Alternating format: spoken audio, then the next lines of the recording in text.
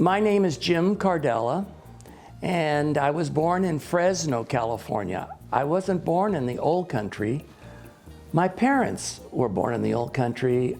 I'm the son of Italian immigrants.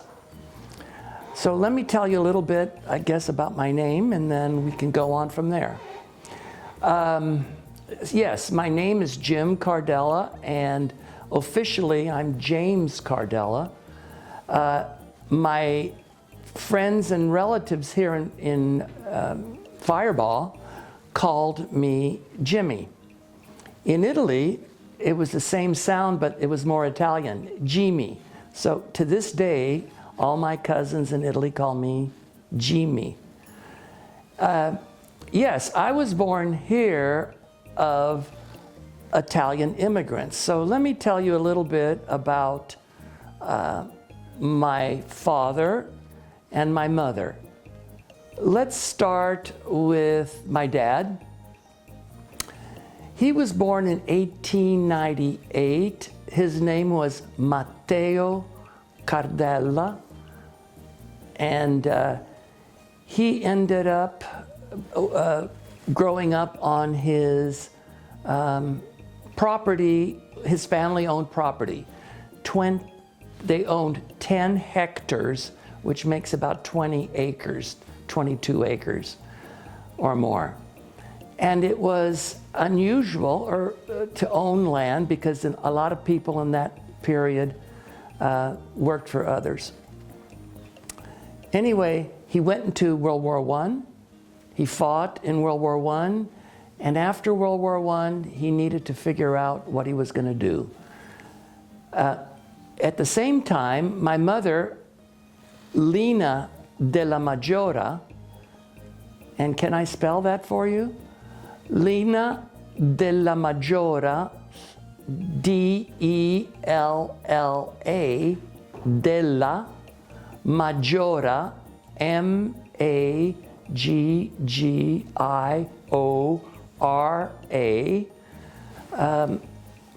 was born in a family of tenant farmers. She was one of 12. And I will go on about that, I guess. She grew up with one of the youngest. She was the second youngest in her family. And she knew at that time that she enjoyed being with the family. She enjoyed being with her mother and sisters and older brothers. But as she grew up, most of the brothers ended up leaving.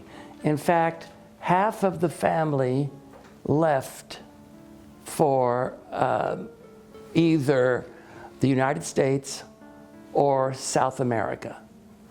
My grandfather, her father, had died already. He died a year before, leaving a widow with all those children. One child died in childbirth, so she had 11 people to take care of. One of my mother's brothers, at the age of 16, came to America. So he's not in the picture because this picture was taken about 1918 after the World War I, and during the Spanish flu. My grandmother felt that she wanted a picture of all of the family because she knew that soon some of the other sons would be leaving. And the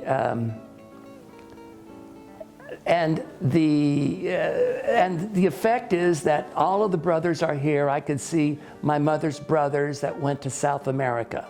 I can see my mother. She was the second youngest, so she's over here, and she's 5 years old.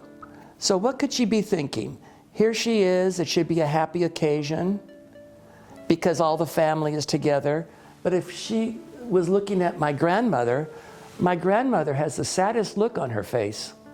You could see that she's thinking, I may be losing all of my children and never see them again. My mother, too, was glad that they were taking the picture, but she was a little fretful because she knew that she needed some nice clothes to take this picture. And because they didn't have any shoes. They didn't have any fine shoes or good Sunday shoes. They had work shoes. And most of the work shoes were wooden. They had wooden soles. And then I don't know what else. So my mother and her brothers and sisters somehow were able to borrow some shoes for the neighbors. And if you look at the shoes, they're lace-up shoes, and they're kind of elegant. And my mom was happy. She was happy when she got those borrowed shoes to take this picture. Anyway, all of the men in this picture, except for one, ended up in the United States. The other man ended up taking care of the family in Italy and becoming the master of the household. My mother, okay, now why did so many people leave? Why did my father leave? Why did my mother leave? Well, my father left because he was the youngest in his family. And in Italy, if you started dividing the property, and smaller, then your family had no property. So in essence, the older brother stayed with the property, and the other brothers had to leave, which was indeed the case. My father had 3 sisters, 2 of whom went to a convent and then died of consumption. And one died at maybe from the Spanish flu or from some other flu, I don't know. And the other brothers all left. One brother went to Brazil, 2 more brothers came here, and so did my dad. They came here to Fresno County and worked in Fresno County. One lived in Faribault, one lived in Madera. So times are tough. Times were not easy. My mother knew that she didn't want to stay and work in the fields the rest of her life. She knew that she didn't want to marry a local farmer, and most of them were tenant farmers. Some owned property, but it was a daily routine of in and out of working, and then there was a grind, foraging for food, going out in the fields, working, giving your product to the owner of the place where you lived. And I'll get back to that later about the place. Anyway, my mother decided that she wanted to come. Now let's figure out how our parents came in those days. When my dad came, it was 1920. He had just fought in World War I. In 1920, he took a ship, and my sister and I to this day have not been able to find the manifest of that ship. We're not sure if he even went through Ellis Island. But he came, but he was sponsored by his 2 brothers that were already here. And we think maybe an uncle. It could have been the uncle, the 2 brothers sponsored my father. So he had a trip, he had to have proof that he had a living here, that he could have money, and that he had so many dollars, so to speak. My mother, the same. She was sponsored by her older brother. Now, her older brother is not in this picture. But anyway, she was sponsored by him, by the older brother, and he was sponsored by his 2 brothers. So that's how they ended up coming, because conditions in Italy were just not comfortable for everyone. The families could barely make a living. Now, the journey coming, again, was different for both my parents. Let's see, on my dad, I told you that he came in 1920. The stories that he told me, we know that he took a ship. And most of the ships either left from Naples or from Genoa. My parents lived closer to Genoa, so they were more likely to go to Genoa to depart on the ship. When he came, he had instructions on what to do. So he was told to take a train from New York to San Francisco. The story that I heard when he came was he started in New York with a clean white shirt. When he got to San Francisco, he said his shirt was black as could be because they were steam engines, and those steam engines they used coal to get the fire going, to heat up the steam. So it was a hard journey, I'm sure. My mom, on the other hand, ended up leaving, and we did find out her manifest. One of my cousins found the manifest that said she left in 1940 on the Rex. The name of the ship was the Rex. It says Genoa at the top of the manifest, and at the bottom it says Naples.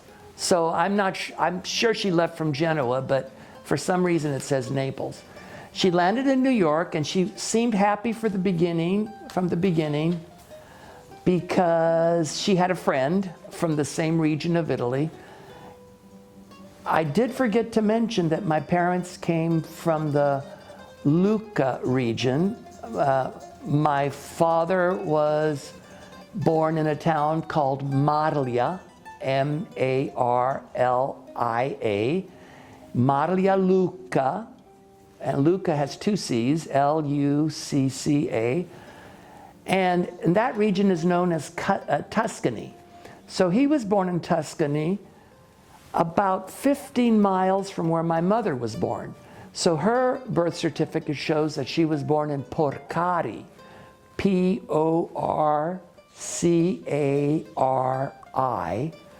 And Porcari was called Porcari Lucca because that's the region, and the whole region, the whole area is called Tuscany.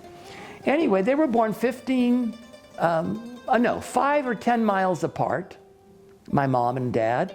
They did not know each other because they were 15 years apart.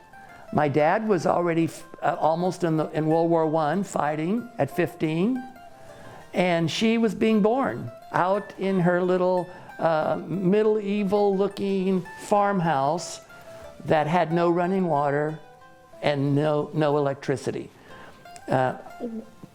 When I tell you about our family going to visit, we stayed in that house, or one similar, and I'll describe it when we talk about our trip to Italy. So my parents did not know each other when they left Italy. They were different ages, different generations, so to speak, and they came and settled in different places. So my father came to Firebaugh to live with his brother. My mother, who was again coming alone, she was going to Petaluma, California, in the North Bay area, where her brother lived. Now, my mom came to New York with her friend, and then in New York, she got separated from her friend, and she was put on a train. And they had little bits of paper that were attached to their collars to show where they were going.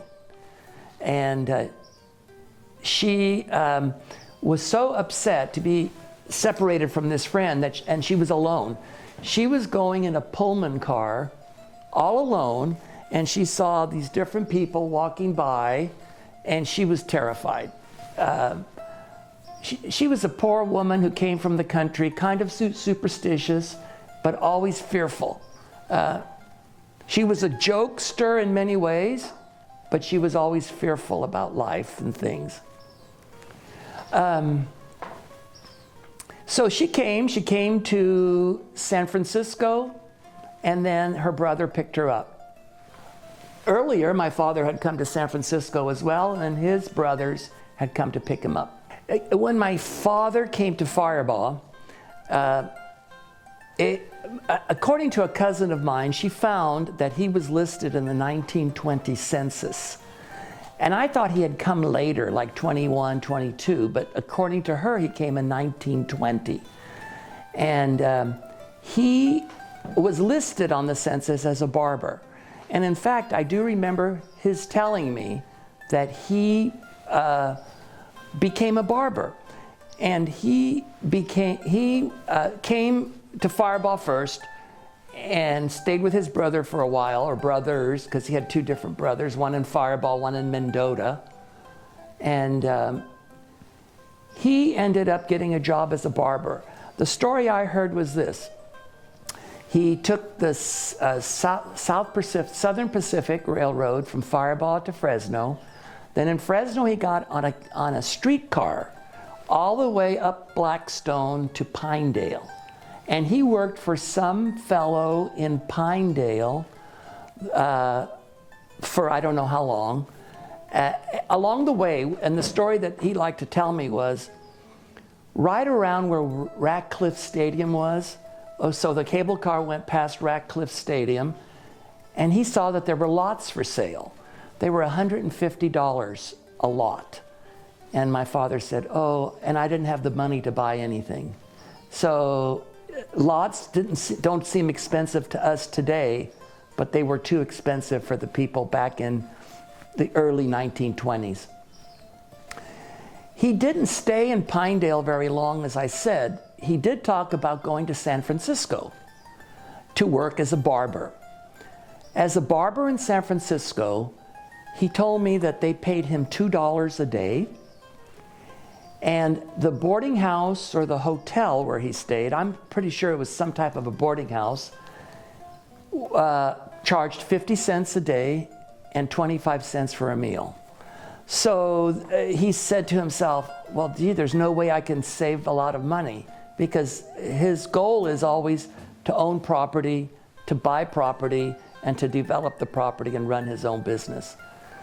But that didn't work out. So he told me that in Firebaugh, the big industry in Firebaugh was the Miller and Lux company. Now, Miller and Lux were big cattlemen that came about the mid-1800s.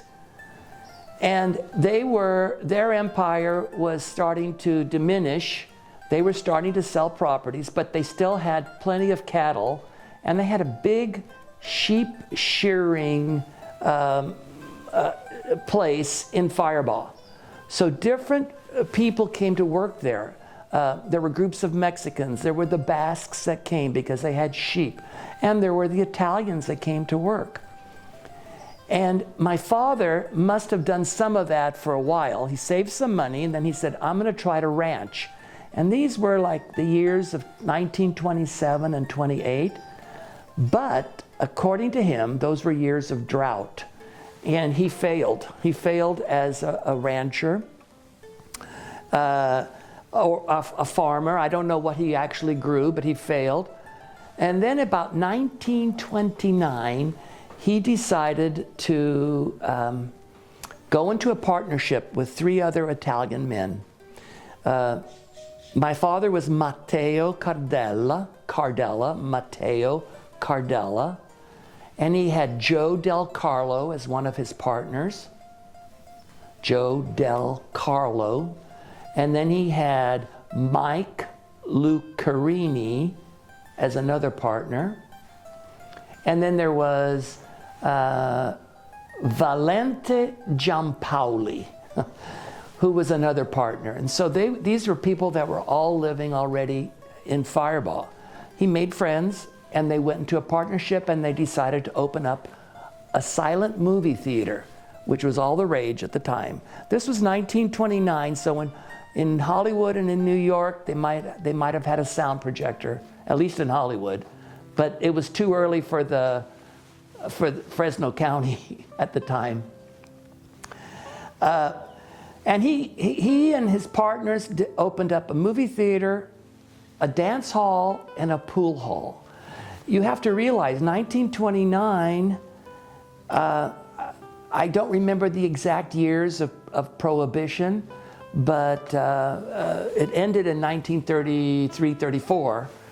So anyway, in 1929, they were probably, they had friends Italian friends who would make wine. So they were and I don't know about beer, but they were probably serving something under the table. But I don't know that. I'm just thinking. Anyway, and in the movie house, there was a player piano. Somebody would play the piano. When it was being used or as a dance hall, it was there were people that would come and dance at night. Well, let me say this, first of all. I know that he had, in 1929, I know that he had the movie theater and the pool hall. Regarding my father and his business along Shaw Avenue, and to be exact, it was at 36743 West Shaw Avenue in Fresno County, at the very west edge of Fresno County, practically. And he and his three partners pooled their money. And the reason that they did that is that was the only way they could buy property. But they first started renting, and my father didn't like to rent. He wanted to buy the property. But anyway, when they built the movie theater in 1929, they ended up hiring people that were basically from the Italian families to work for them. The Biancucci family, Jimmy used to run the projector. The sister, Nellie, would sell the tickets. One of the partners would supervise the dances. In other words, they tried to hire people from the different farming families that lived in the community. What was it like? Well, we were on the edge of Fresno County, the west side of Fresno County, not Fresno City, but the west side of Fresno County. And it was strictly farmland, a lot of farmers, little towns, and labor camps. When my father opened the theater, he had and then eventually a grocery store. He had people that came from the camps as well as the ranches, the ranch owners, to shop there. It was a little country area, maybe 4 miles south of Firebaugh. This was an unincorporated community. So this particular stretch of Shaw Avenue had about 12 bars, 10 or 12 bars, 2 grocery stores, 2 gas stations, and I don't know what else.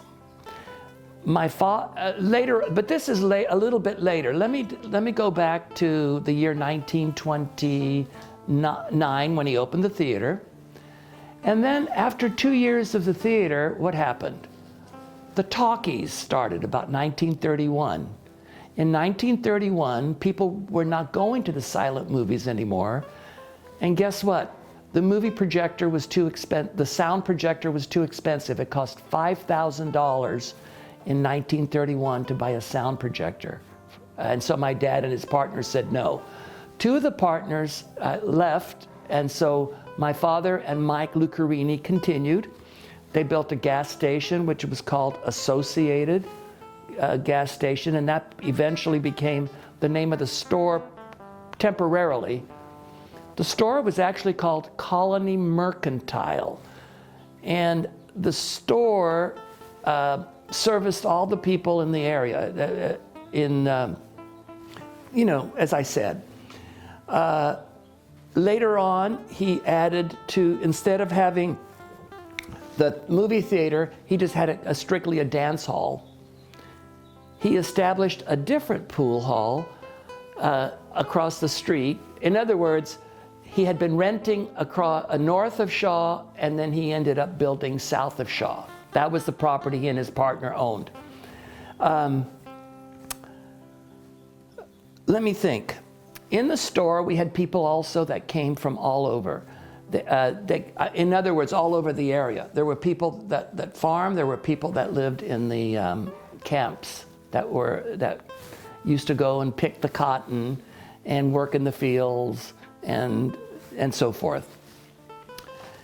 And then he developed the pool hall, which then became a regular hard liquor bar. After Prohibition, let's say about 1934, he established a hard liquor bar. He sold liquor in the grocery store, and the dances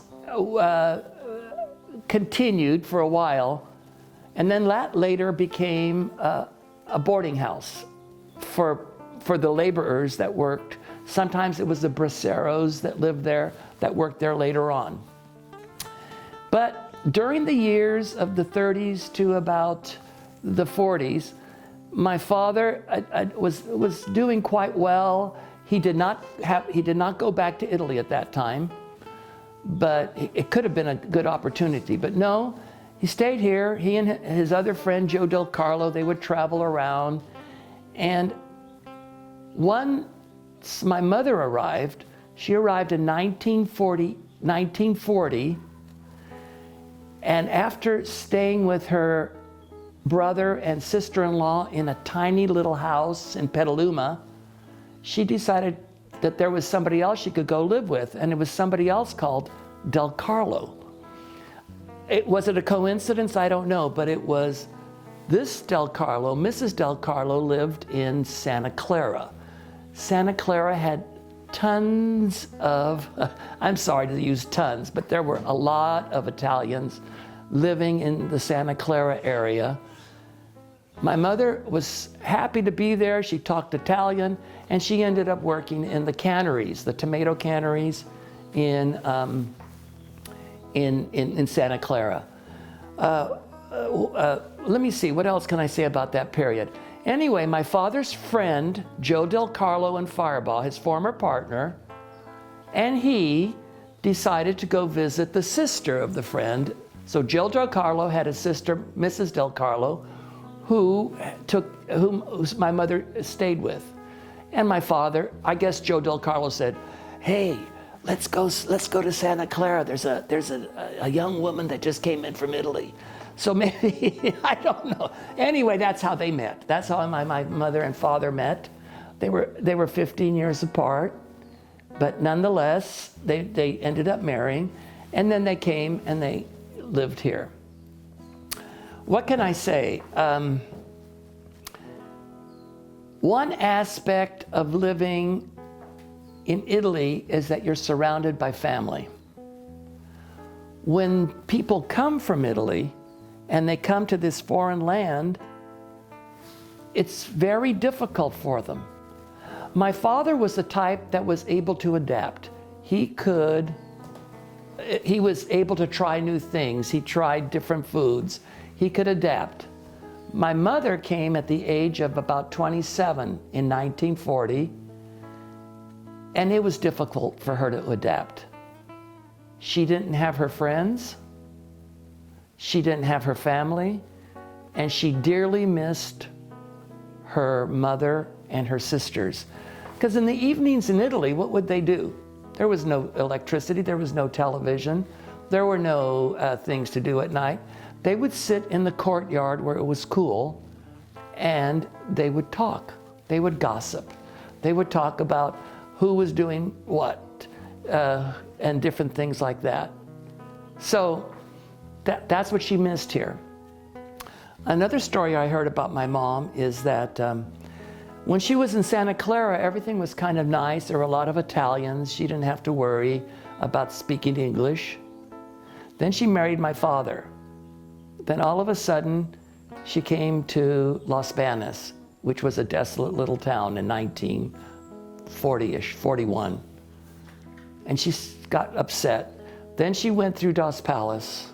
Then she came through Firebaugh. Then finally, when she ended up at where my father had the property on 36743 West Shaw out on the west side of the county, she just cried. In fact, I think she cried until my sister and I were born.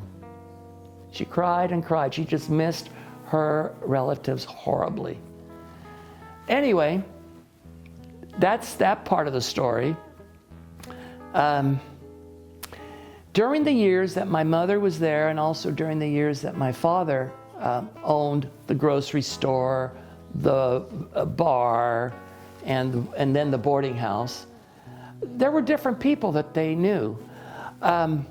In the bar where they sold alcohol, and there was a shuffleboard, and there were some old jukeboxes from the 40s, my father ended up renting it out.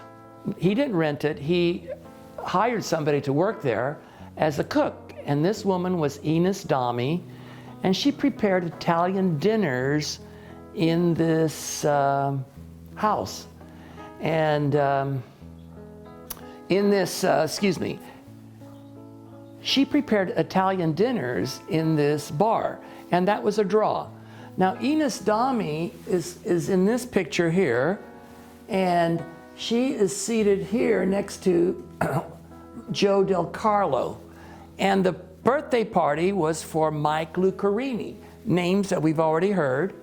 And if you look in the very background to your left, you see some people that came out from Fresno that had a Fireball connection. First of all, to the very left is a fellow called Harold Mazzini. Now, Harold Mazzini used to work for the tax department here in Fresno County or the assessor's department. I'm not sure. He's standing next to my father, and funny, my father ended up, instead of being Matteo Cardella, in America they knew him as Joe. So he was Joe Cardella. So that was a nickname that he acquired when he was in America.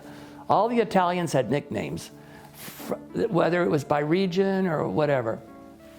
Next to my father is somebody called Emma Mazzini, the mother of Hal Mazzini. And Elsie was born of a prominent Fireball man who actually established the first hotel. His name was Louis Puccinelli.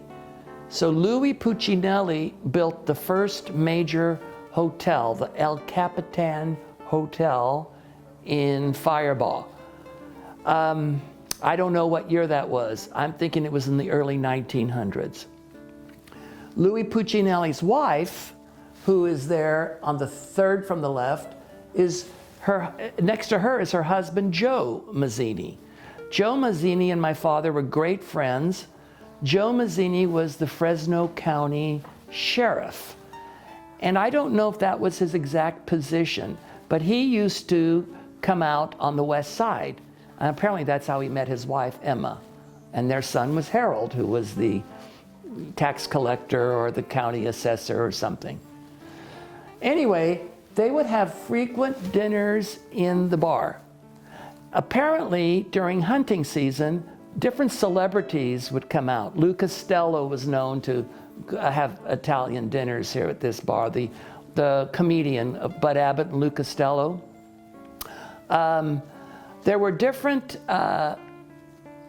actors of the time, and now their names escape me, but that would come out, especially during hunting season. They'd come out to the west side of the county, and also Dos Palace area, Merced County in there. So that was this picture was probably taken in 1938, 39. My mother was not in the picture yet. Now, if we want to go back to 1934, I have another photograph here, and I'll just take it out temporarily and then I'll put it aside.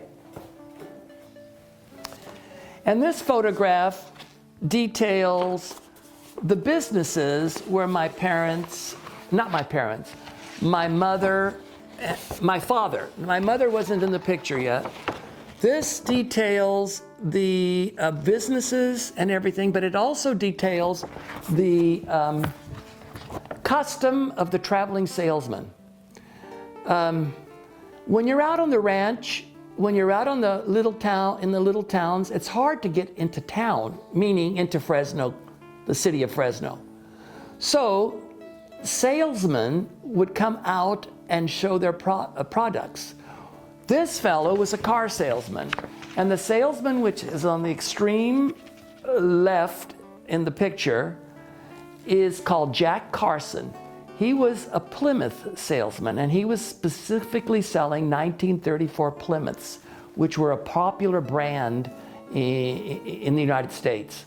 It was a car that cost around $700, let's say. Maybe $700 to $800 or $900, depending on what came with the car. So he would visit little farms. He went from farm to farm. He would visit little stores, from store to store.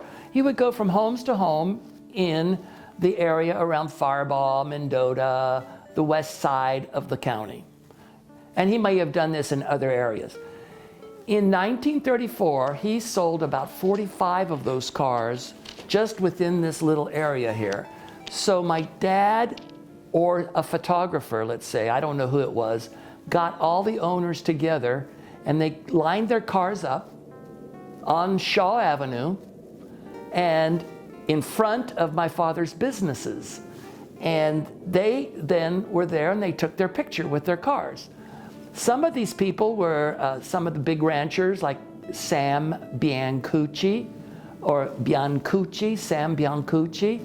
There was, my father is in the picture, Joe Cardella, as they called him.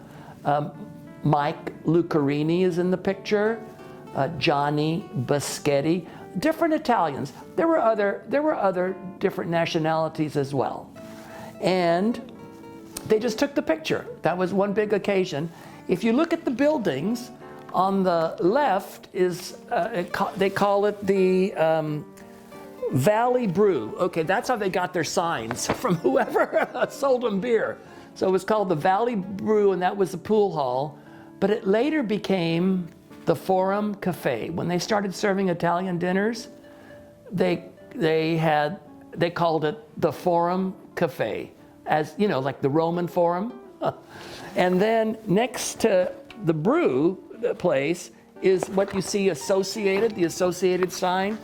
That was the gas station and the grocery store that my father developed and built up. And later this was called Colony Mercantile. And Colony Mercantile was actually the big business in the area for our family. Our family's house was in the back.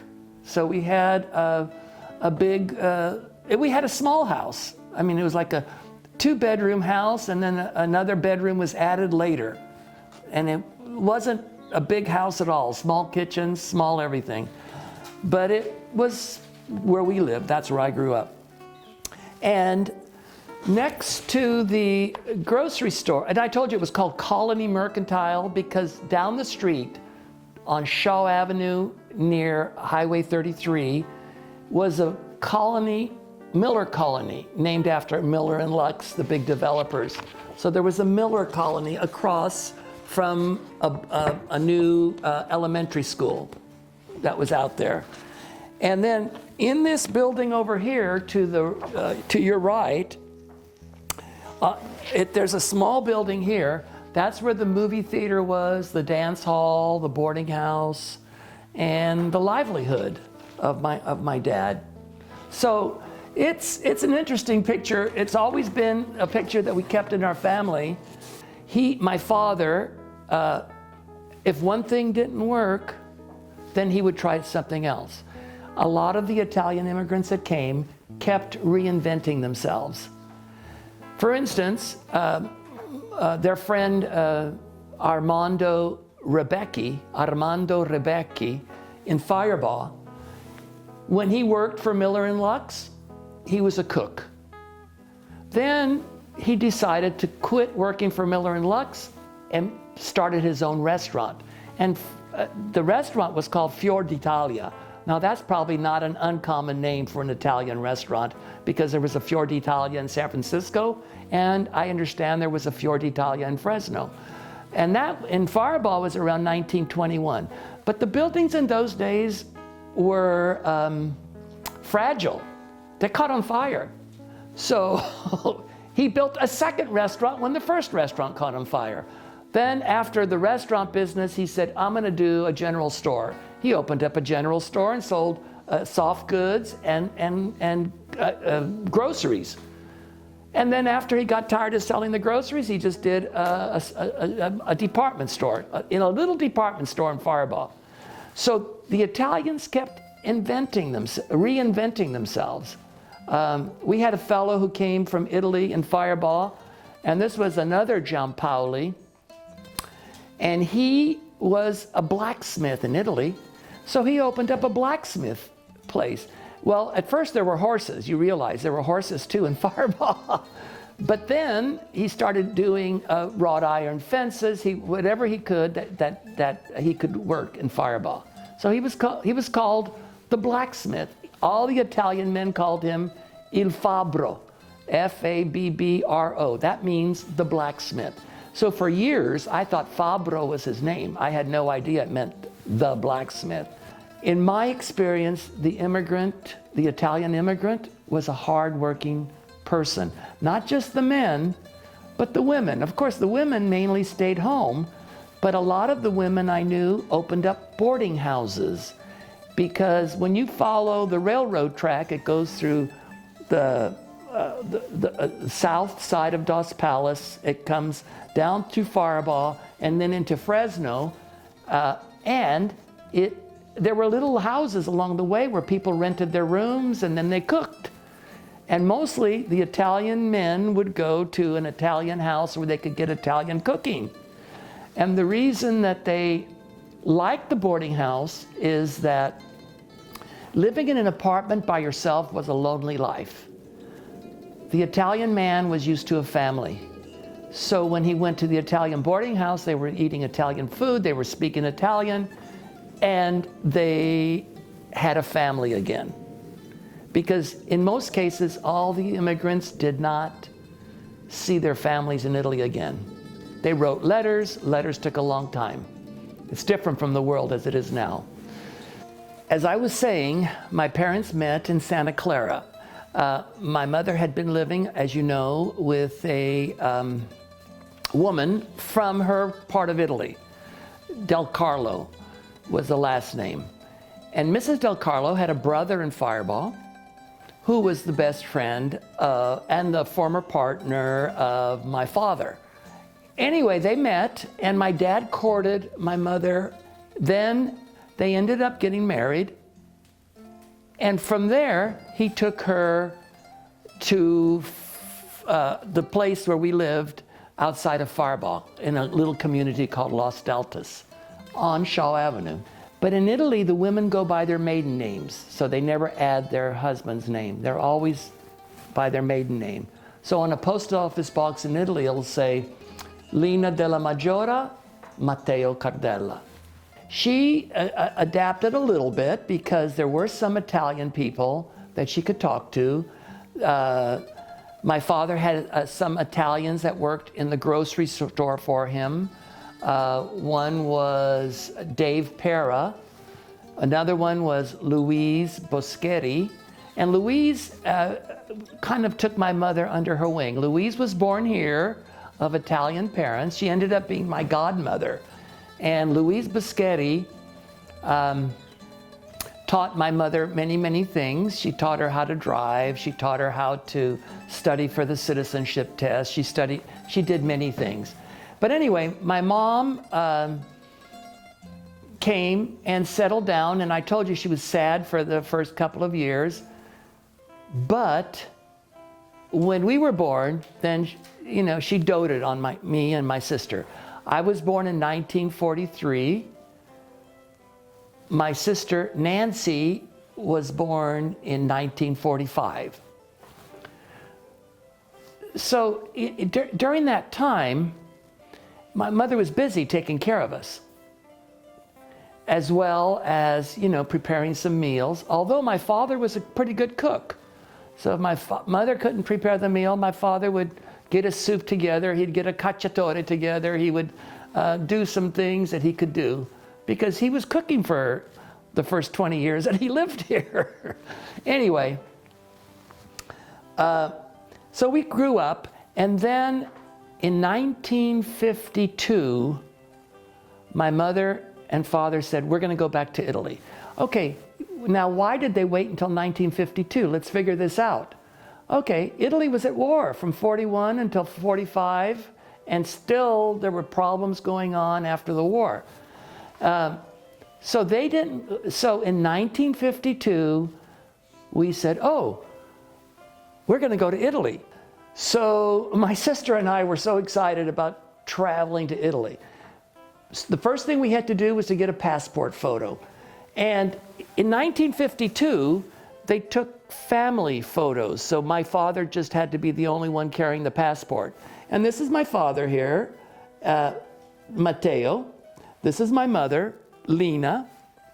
Here I am, Jim or Jimmy in America, or in Italy, Jimmy. And this is Nancy, and they always called her La Nancy in Italy. But we went to Italy, and it was a 5-month trip, and we had the best time for 5 months. First of all, the first exciting thing, we had to leave Firebaugh, travel to San Francisco by car, stay with relatives in Petaluma. Then we had to go to Oakland and take the California Zephyr, which was the Amtrak of the day. And it was terrific. It was our first experience. Everything was new, and I was a little boy that always got lost because I was exploring everything. And then we went on the train. We had to switch trains in Chicago and then go to New York. We stayed in New York 1 or 2 days and had a fabulous time looking at all the monuments and all this. You know, and I'm 8 years old, going on 9. My sister is 7. We're young kids, and we just have the best time. Then we get on the Queen Elizabeth, the transatlantic liner, not Elizabeth II, but 1. This is 52.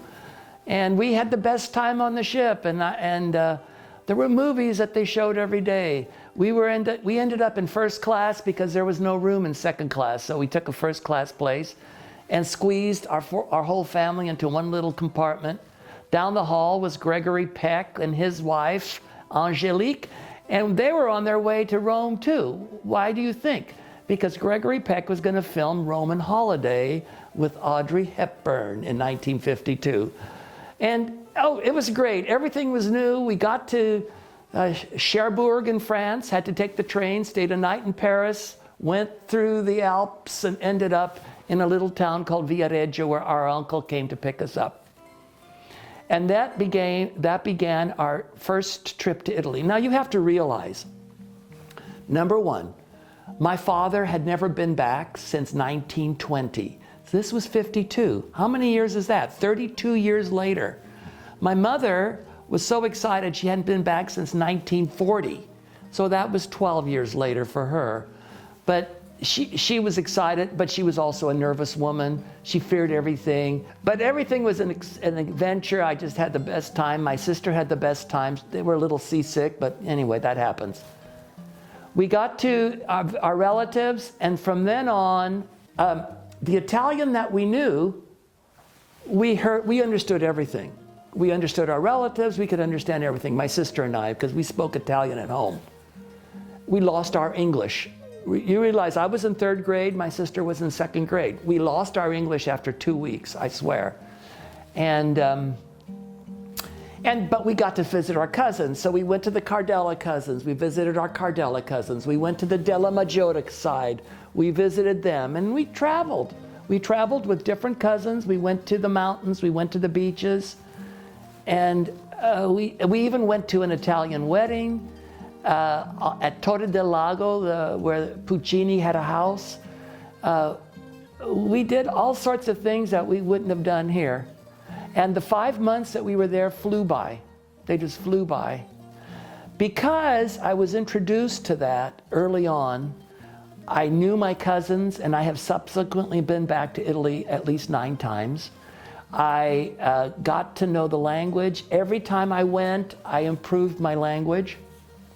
My mother decided then she'd go back at least once a decade to Italy to see her family. My father went back once again to reunite with his brothers.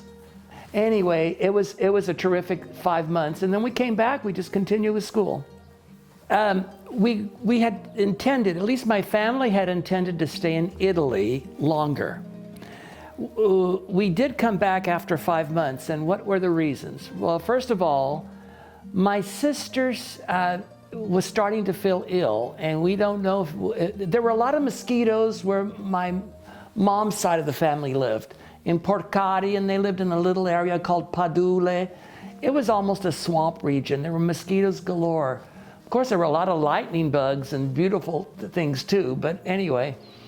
And they decided, well, we better come home. we better go home. But one of the reasons they also went, besides seeing the family, they wanted to see if there were any opportunities, because my mother's homesickness wanted her to figure out if there were any opportunities for my sister and me as we were growing up. And she found that they were still in the Depression. In 1952, after World War II, Italy was just recovering. There were buildings that were still bombed. There were people out of work. There were people that had been unsettled. You know, Italy was involved in 2 wars, the World War I and World War II. They lost generations of men. And anyway, so they saw that there were no opportunities for us. My sister was kind of ailing at the time, and then we came back for that reason. And I think they had wanted to stay for 6 months, but anyway, we came back in 5 months. And then my sister just miraculously got well. We were on the California Zephyr, and I think we crossed California, and there we were. We were home practically, and she was feeling better. So that was good. My mother, of course, still doted on us, but anyway, we came home for that reason. And what was life for me growing up? The Italian immigrant son, the son of Italian immigrants. The son of Italian immigrants. First of all, my mother spoke no English. She spoke Italian at home.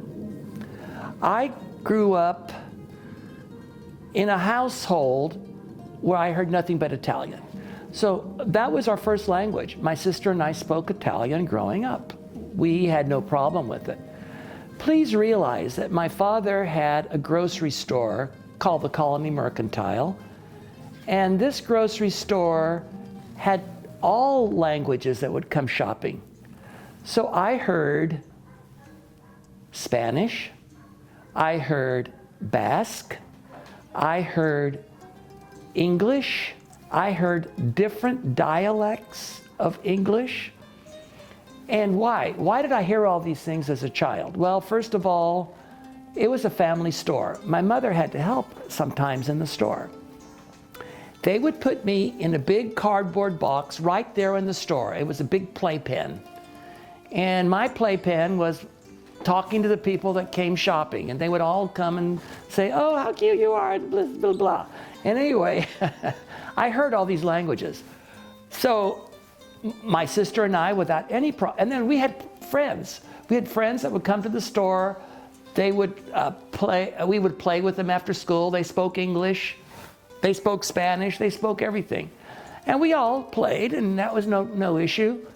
So we went to school, unlike the story of most Italians, children of Italian immigrants. We went to school knowing some English, and knowing English actually. A lot of people that were older, some that were from a different generation, they went to school not knowing English. And their situation, sometimes they got punished for speaking Italian. Sometimes they didn't know what the teacher was saying. Finally, they learned, eventually, because they did not allow any foreign language. They wanted everybody to speak English. In our case, my sister and I had the same issue with our peers. Not issue, but our peers were all children of, they were grandchildren of immigrants, most of whom did not speak Italian. My sister and I spoke Italian because we were children of immigrants, both from Italy, who spoke Italian in the home. But if you're a grandchild, you might know some things that the grandmother says to you. Mangia, mangia, you know, eat, eat. Vieni a mangiare, come to eat. Or as in our dialect, sometimes we have a tendency to cut off the last syllable. Vieni a mangiare, vieni a mangiare, come to eat. So we heard that, but then they understood those words. My Italian American friends understood those words, even though they didn't speak Italian. But getting in school, I never felt any prejudice against me.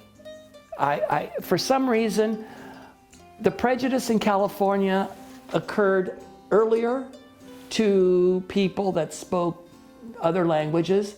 And back east, I think the prejudice back east in the United States was harder, harsher, and they would hear all these horrible words. I didn't even know what these words meant because I never heard them. But growing up, I never felt ashamed to be Italian. Growing up, I never felt embarrassed. I never felt upset. I always was happy to be Italian. I was always happy to be, to listen to my aunts and uncles speak, yelling Italian at Sunday dinner, you know, and I just loved the whole thing. I was never embarrassed. I was always proud. But at the same time, I was never embarrassed to be American. I would read all the books in the school library. I'd love to read about the history in the United States. My sister and I loved going to double feature movies on Sunday afternoons. We had no problem. We would go back and forth.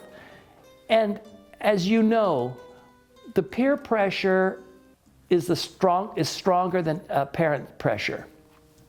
So even though my mother continued speaking Italian, my sister and I eventually would speak English to her. So we would always speak English and my parents would answer in Italian and vice versa. They had no trouble understanding us and we had no trouble understanding them. Also, in some families, in some Italian immigrant families, they said, oh no Italian. We have to speak English. You have to speak English. And I don't know where this came from. Our parents never told us this. Our family always had 3 languages going, one way or the other, and still do. So anyway, we got our education. My sister 2 years behind me, but we went to the local elementary school, which was Los Deltas Elementary School. We went there, and then high school, actually junior high, I had to get on a bus and go to Dos Palace because there were no buses from Fireball that were coming to Los Deltas to pick up the kids. So we went to a school in Dos Palace for junior high, and that's what they called it then. Now they'd say middle school.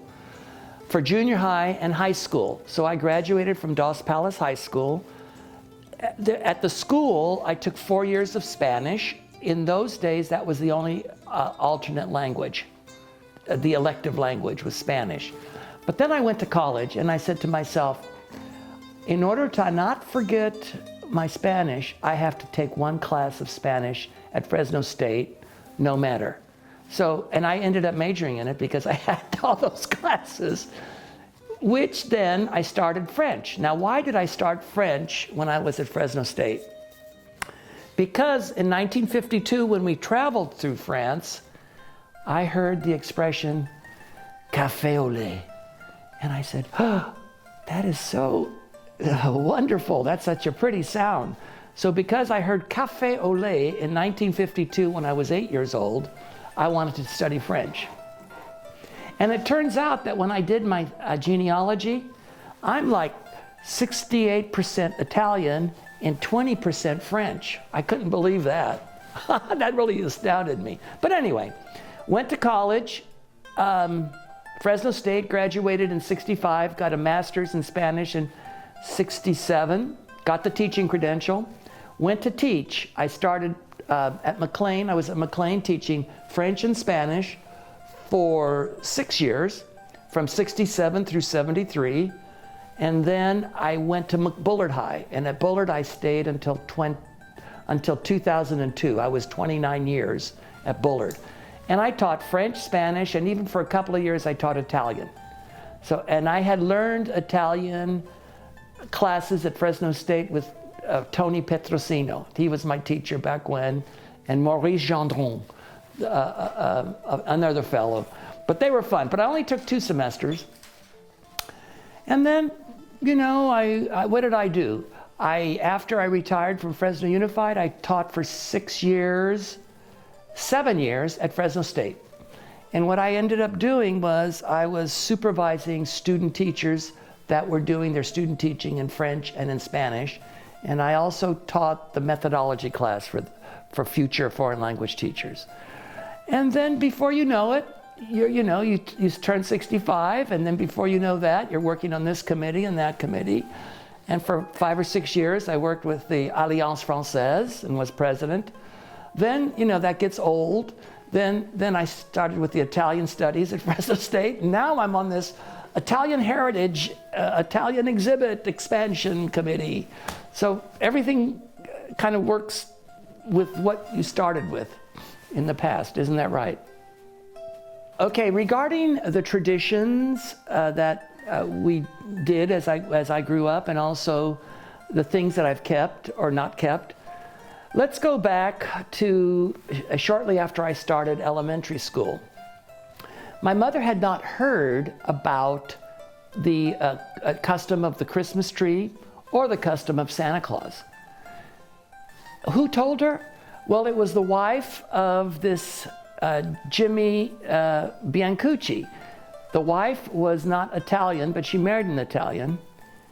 And Jimmy Biancucci's wife told my mom about, oh yes, people put a Christmas tree up and they decorate it with decorated balls, and they have these icicles that they hang from the tree. And then Santa Claus comes and brings presents on the 24th, the evening of the 24th. So my mother had not heard that. Her experience with Christmas was a character called La Befana. Now, La Befana is not a man. La Befana is a woman.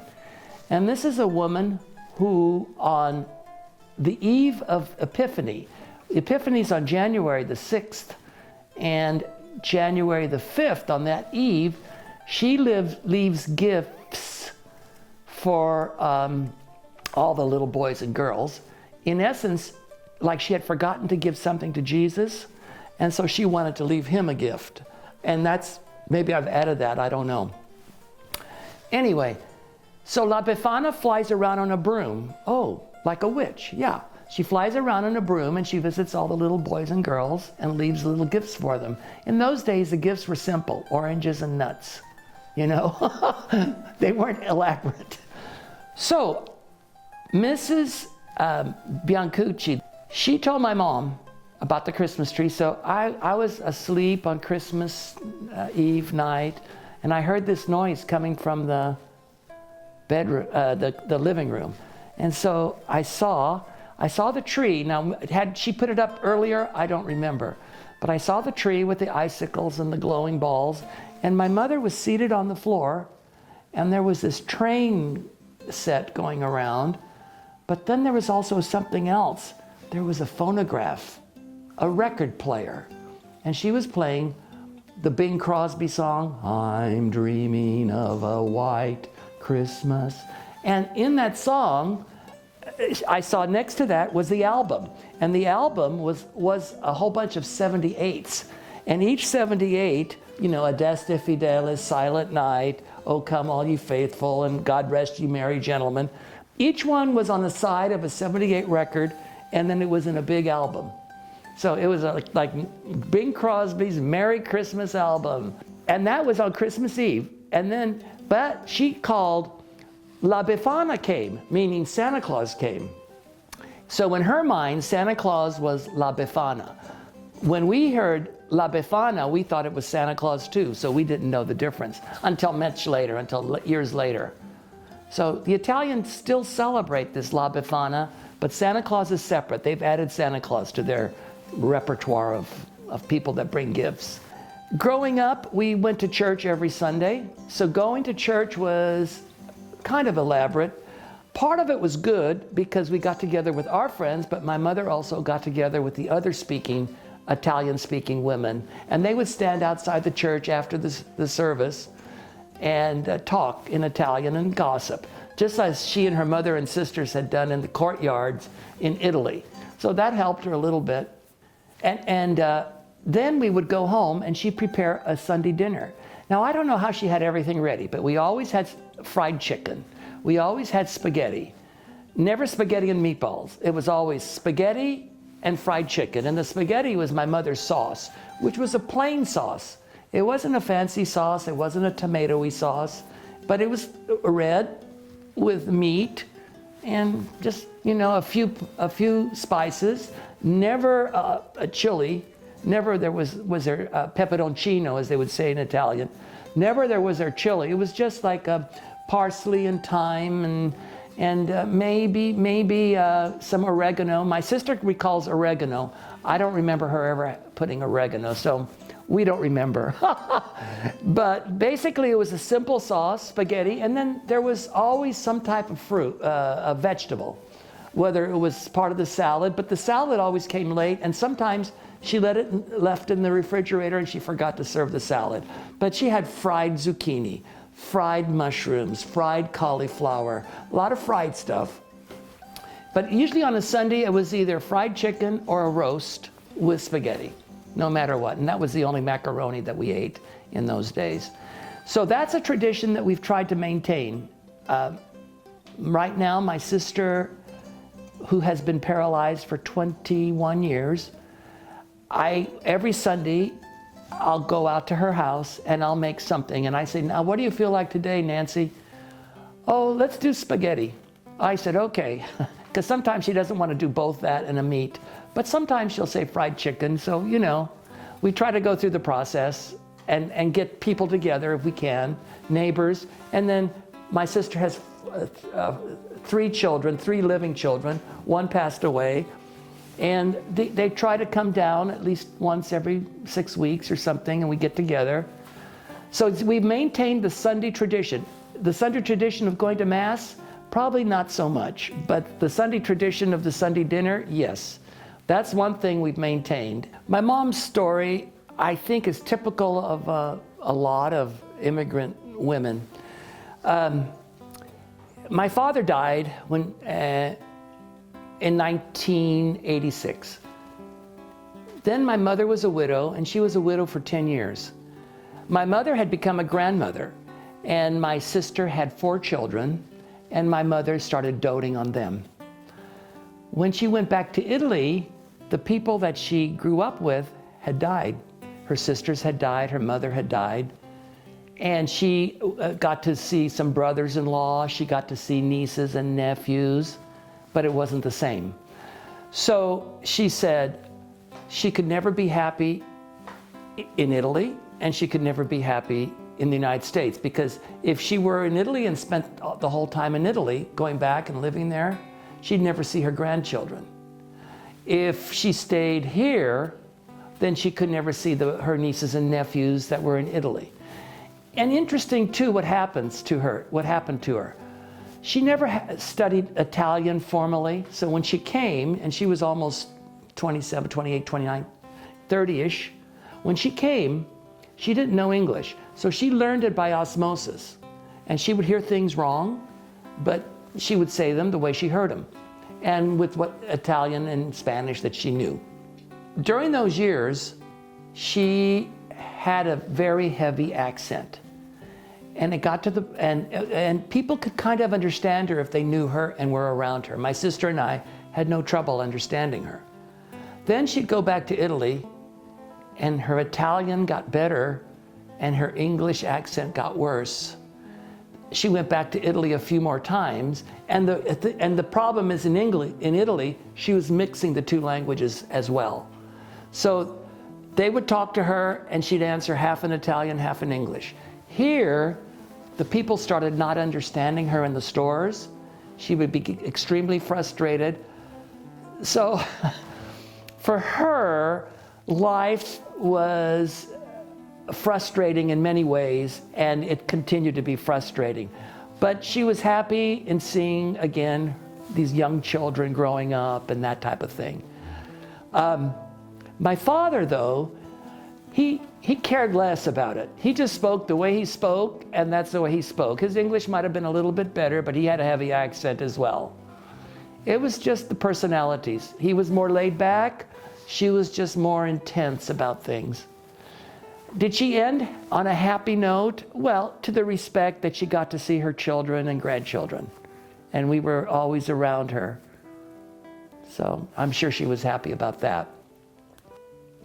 Some of the traditions had to do with foods as much as with anything, not just going to church on Sundays or getting your throat blessed on Candlemas Day, or the crowning of the Virgin Mary, where my sister got to crown the Virgin Mary in the month of May.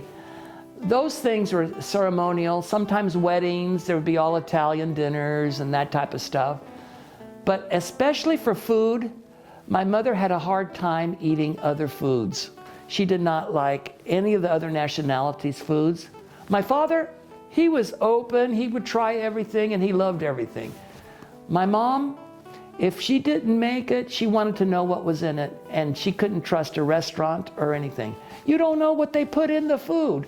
Never eat a soup on Monday, because you don't know what they put in it, all the leftover foods from the weekend. So she had her own thoughts about eating. Some of the traditions that we've tried to maintain were the following. Number one, my mother made ravioli every Christmas and every Easter.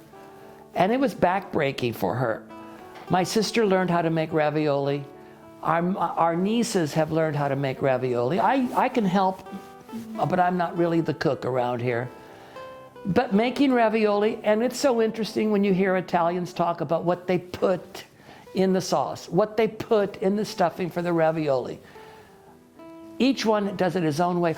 You put that in the sauce? Oh no, we would never do that, and so forth and so on. Everybody does it a different way. I have a cousin in Petaluma. She puts a mushroom sauce in her spaghetti sauce that her mother started doing because the foods weren't readily available. So she just put a mushroom sauce, like Campbell's mushroom sauce.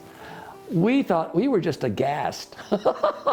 And they came from the same side of the family, but that's the way it goes. Another food is gnocchi. My mother preferred gnocchi to ravioli. My sister does too. Gnocchi takes less time, and it's a potato dumpling. So you start with mashed potatoes and flour and an egg. And some people don't put eggs, but we put an egg, a little salt, and then you make this dough and roll it out in the form of snakes, and you cut it.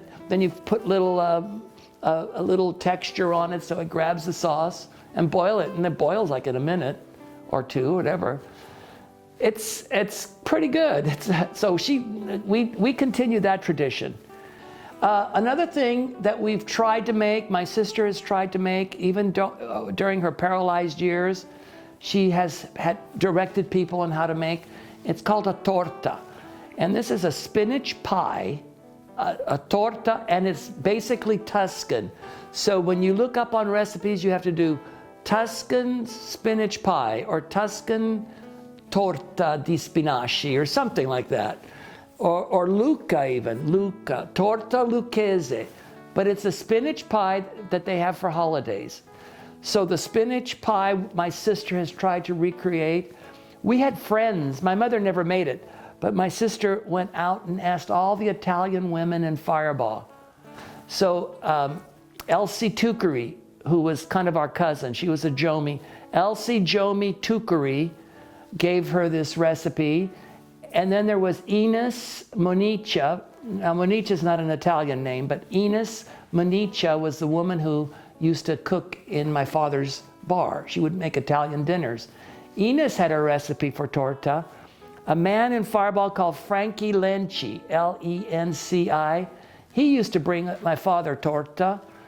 And it was just the Tuscan type of a spinach pie with candied fruit and little sprinkles on top, and then there was rice in it. But then the secret ingredient to me was, well, two of them. Number one was the crust. If you could make those beaks, I becchi, just right, then it was perfect. And if the crust had that quality. And Nancy, my sister, always poured a little whiskey in the crust. But it was the liqueur that they used in the torta that gave it that Italian flavor. And this liqueur is called mescolanza. It means mixture. And in the old days, the mothers would send their sons or daughters to the local bar. And bar in Italy is not the same as a bar here. A bar is like a cafe. They serve food, they serve drinks, you can play foosball and things like that. It's just a cafe. So, and they have all these drinks. So they said, get me a mescolanza. And then the owner would just take this bottle, and he'd put it under every liqueur in the store. And that's how they got the original mezcolanza. But that was kind of the secret ingredient in whatever you put in your torta. So, and that's just a specialty of that region. Every region in Italy has different specialties. You go to Parma, they have special type of desserts that are not made anyplace else. You go to Bari, and they make their own tarals. They make, the people from Mashkit make their own desserts. And those desserts are all called different things in different languages. My mother used to fry dough. And in our dialect, it was called chalde, like rags or something like that. In other dialects, they're called different things. But the traditions were basically the foods that did not change. And those are the traditions we maintained more than anything else.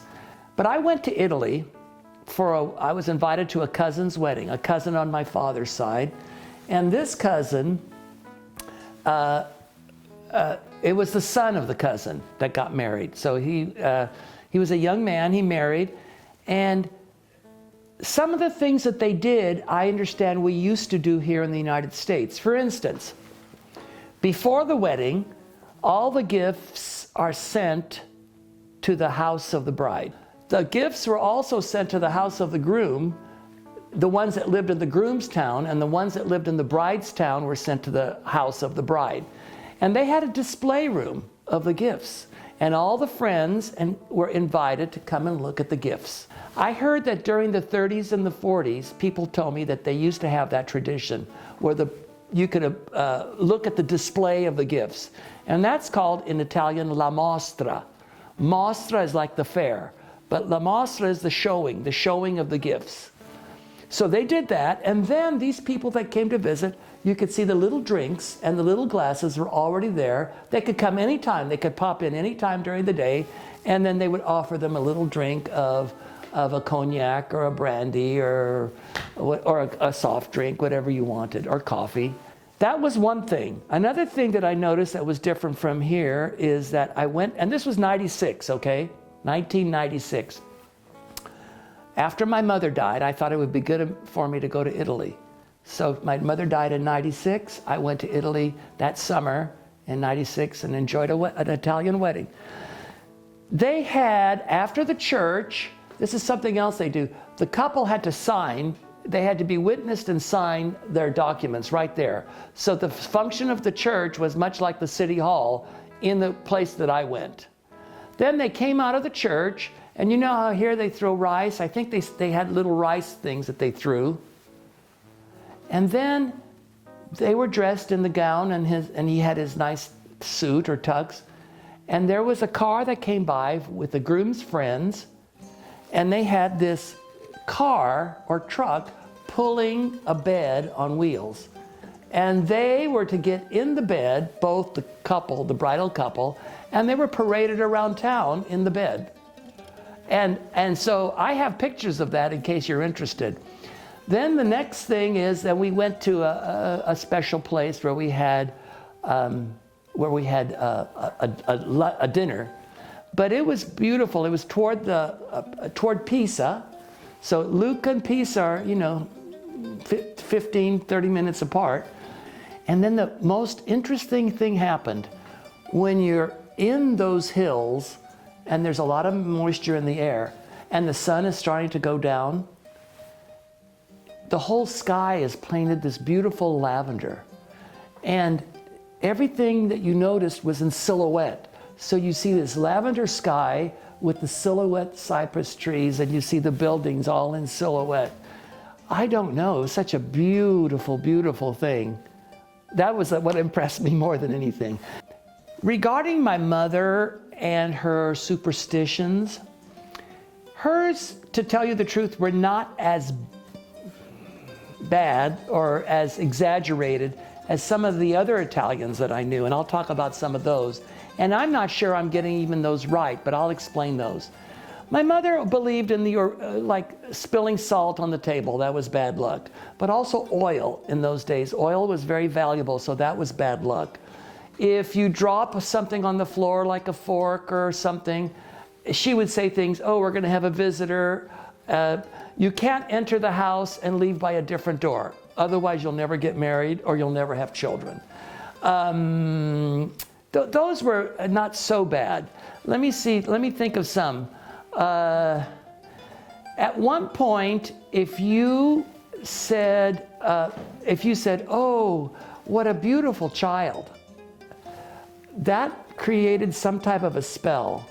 And in order to break the spell, you had to touch the child. So she believed that you had to touch, oh, que bellino, and then just touch him just a little bit to break the spell, because otherwise then you've created the evil eye. And the evil eye is not what should be created. So you have to be careful when you notice a little boy or a girl and say, oh, how cute they are. Because then if the parents are there, they get all upset, because if you haven't gone to just touch them, just when they're there, you know what I'm saying. And I had others that were from different parts of Italy. These were friends of ours in Las Banas. And this one woman, I believe, was extreme.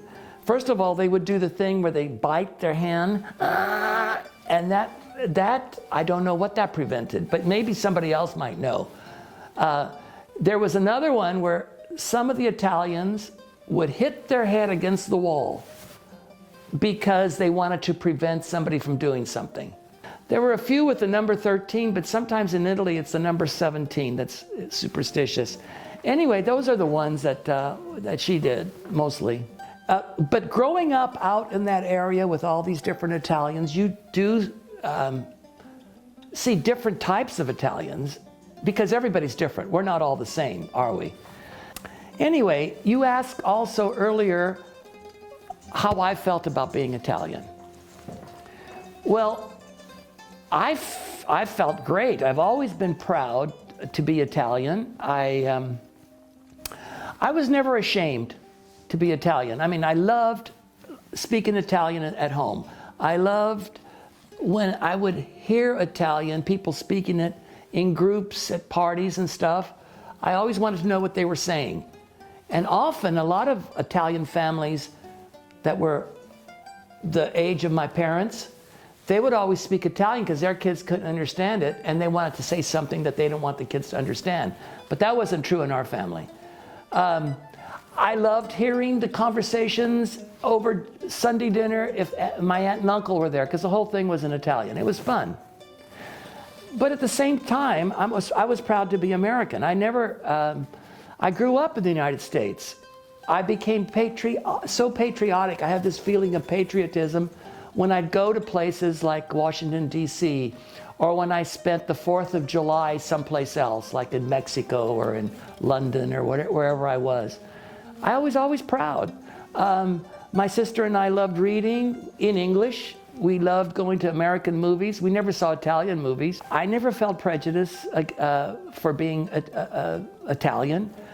I was a younger generation. I was born during the war, and I don't think I felt the prejudice that my dad and my uncles felt earlier on, okay? Because the Italians were seen, they would take any type of job. They were seen as taking jobs away from those that were already working. So one immigrant group came and they would work for less. Another immigrant group came and then they would work for less. And so there was always that issue. I'm proud to be an Italian, and I'm proud to be an American, and I'm proud to be the result that I am. My name is Jim Cardella. Formally, I'm James Matthew Cardella. On my birth certificate, it says Matthew Cardella Jr. On my baptismal certificate, I've become James Matthew Cardella. When I got confirmed, I became James Matthew Louis Cardella. Louis came from both my grandfathers. They were Luigi.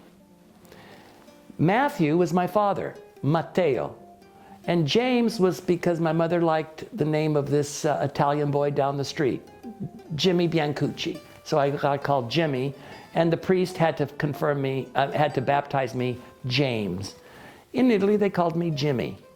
No, in Fireball and in school and everything, I was Jimmy. Then I became Jim.